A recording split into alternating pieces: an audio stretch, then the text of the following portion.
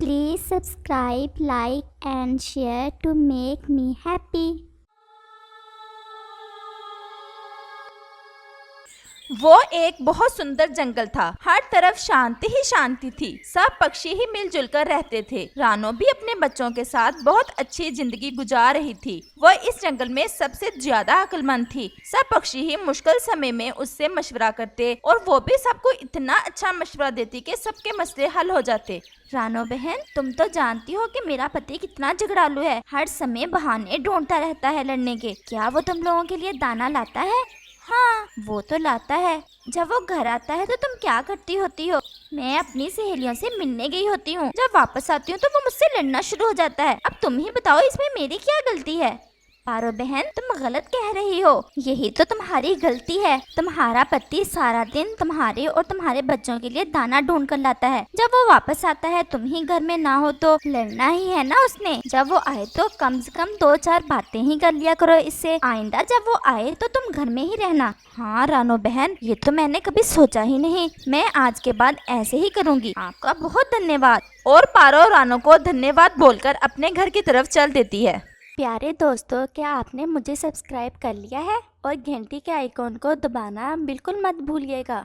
कौवा जो पास में बैठा ये सब देख ही रहा होता है, देखकर बहुत ईर्ष्या दवेश करता है। जब सब पक्षी रानो की परिभाषा करते हैं तो कौवे से बिल्कुल बर्दाश्त नहीं होता। वो चाहता था कि सब पक्षी उसके पास आएं अपने मसले लेकर और वो सबको इनका हल बताकर अपनी परिभाषा कराए। लेकिन वो ये नहीं जानता था कि इस सब के लिए अकल की जरूरत होती है, जो उसके पास नहीं थी। कौवा अपने दोस्त उल्लू के पास जाता है रानो के खिलाफ कोई प्लान बनाने के लिए। उल्लू भाई, आप तो जानते हैं उस रानो को कितनी चालाक है। हर समय कोई ना कोई चालाकी ही करती रहती है। सब पक्षियों को अपने पीछे लगा रखा है। अगर यही सब चलता रहा तो वो इस जंगल पर कब्जा ही कर लेगी। हमें कुछ करना होगा। हाँ, बुरी तो मुझे भी बहुत लगती है। हमें कुछ ऐसा करना होगा कि सांप भी मर जाए और लाठी भी ना टूटे। क्या मतलब है आपका? मतलब बहुत आसान है कि हम रानो को दूसरे पक्षियों के सामने इतना बुरा बनाते हैं कि सारे पक्षी खुद ही रानो को जंगल से निकाल दे। हाँ, कहा तो तुमने ठीक है, लेकिन हमें क्या करना होगा? हमें रानो को सबके सामने चोर बनाना है। लेकिन कैसे? तुम ऐसा करो कि 2-3 दिन सब पक्षियों के घोंसलों से दाना चुराओ। जब सब पक्षी दाना चोरी होने की आपस में बातें करेंगे तो हम रानो को चोर बनाकर सबके सामने पेश करेंगे। लेकिन कैसे? पहले तुम ये करो, आगे का प्लान बाद में बताऊंगा। और कौवा चला जाता है। कौवा 2-3 दिन सब पक्षियों के घोंसले से दाना चुराता है, सिवाय रानो के घोंसले के। आज फिर मेरे घोंसले से दाना चुरा कर ले गया है कोई। क्या आपके घोंसले से भी दाना चोरी हुआ है? मेरे घोंसले से भी 2-3 दिन से दाना चोरी हो रहा है। और मेरे घोंसले से भी। ऐसे सब पक्षी ही परेशान होते हैं कि आखिर कौन उनके घोंसलों से दाना चोरी कर रहा था। मुझे लगता है कि ये सब रानो कर रही है। ये तुम क्या कह रहे हो? रानो कभी भी ऐसा नहीं कर सकती। वो भूखी तो मर सकती है, लेकिन किसी का दाना चोरी नहीं कर सकती। अच्छा, तो ये बताओ कि सबके घोंसलों से दाना चोरी हो रहा है, लेकिन रानो के घोंसले से क्यों नहीं हुआ? अगर हुआ होता तो वो आपको बताती ना। तुम अपनी बकवास बंद करो और जाओ यहाँ से। और कौवा वापस उल्लू के पास जाता है। अब आगे क्या करना है? अब मैं ऐसा करता हूँ कि रानो के पास जाता हूँ और उसे तोते के घोंसले में भेजता हूँ। उसे कहता हूँ कि तोता कह रहा था कि रानो मेरे घोंसले से दाना लाकर मुझे पहाड़ों पर दे जाए। मैं बहुत भूखा हूँ और अभी मेरा काम भी बहुत ज्यादा रहता है। तुम्हें तो पता ही है ना, तोता इस समय जड़ी बूटियों की तलाश में पहाड़ों पर ही गया होता है। जैसे ही रानो तोते के घोंसले में दाना लेने जाएगी, तुम सब पक्षियों को वहाँ लेकर आ जाना। ऐसे रानो सबके सामने चोर बन जाएगी। ऐसा सोचकर कौवा और उल्लू जोर जोर से हंसते हैं।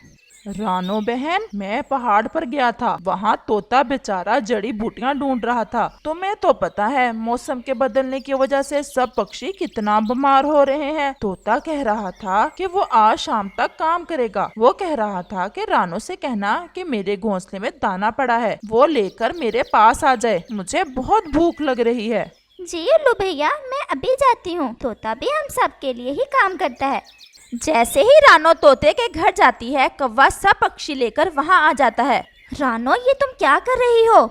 मैं तोते भैया के लिए दाना लेकर जा रही हूँ। उधर से तोता भी आ जाता है। तोते भैया, क्या तुमने रानो से दाना लाने को कहा था? नहीं, मैं इसे क्यों कहूँगा?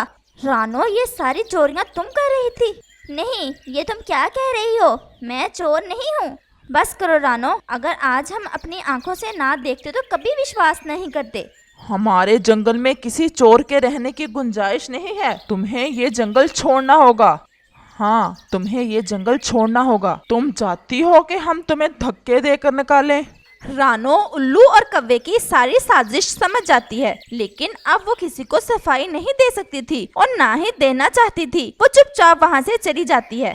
देखा, पक्की चोर है। अगर ना होती तो कोई सफाई तो देती। मम्मा, हम कहाँ जा रहे हैं?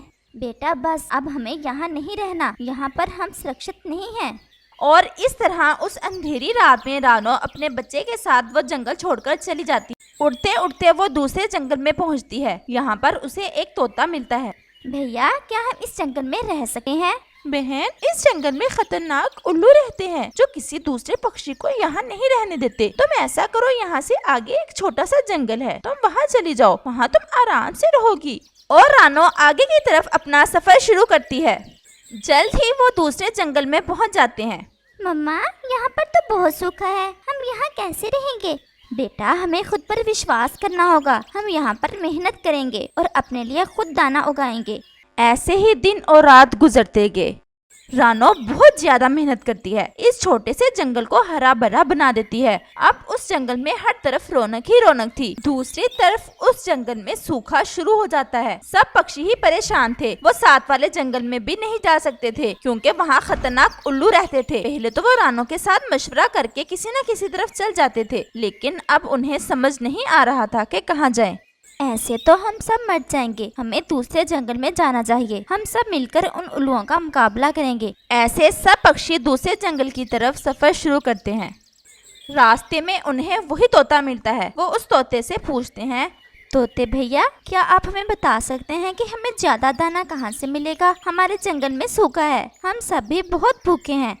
ये जंगल तो बहुत खतरनाक है। यहाँ पर उल्लुओं का बसेरा है, वो किसी को यहाँ रहने नहीं देते। हाँ, इससे आगे एक छोटा सा जंगल है, था तो वो भी बहुत वीरान, लेकिन एक चिड़िया ने उसका नक्शा ही बदल दिया है। वो सूखा जंगल तो एक सुंदर जंगल में बदल चुका है। वो चिड़िया बहुत दयालु है, वो तुम्हारी जरूर मदद करेगी। सब पक्षी इस जंगल की तरफ जाते हैं। वहां जाकर उन्हें अपनी आंखों पर विश्वास नहीं होता। वो रानो थी, वही रानो जिसे उन्होंने चोर कहा था। कौवा बहुत शर्मिंदा होता है। कौवे भैया, अभी भी सबको सच नहीं बताएंगे क्या? और कौवा सबको सच सच बता देता है।